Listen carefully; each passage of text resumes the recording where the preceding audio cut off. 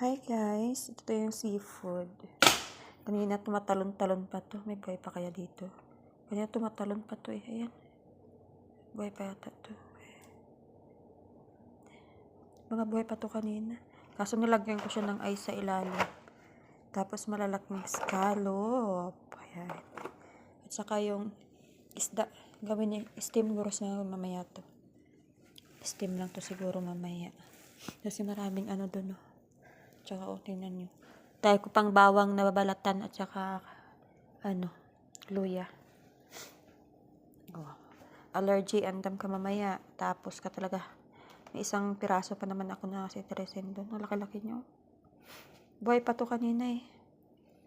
Kaya tinakpan ko siya ng ganito oh. Lagyan ko na yan ng ice.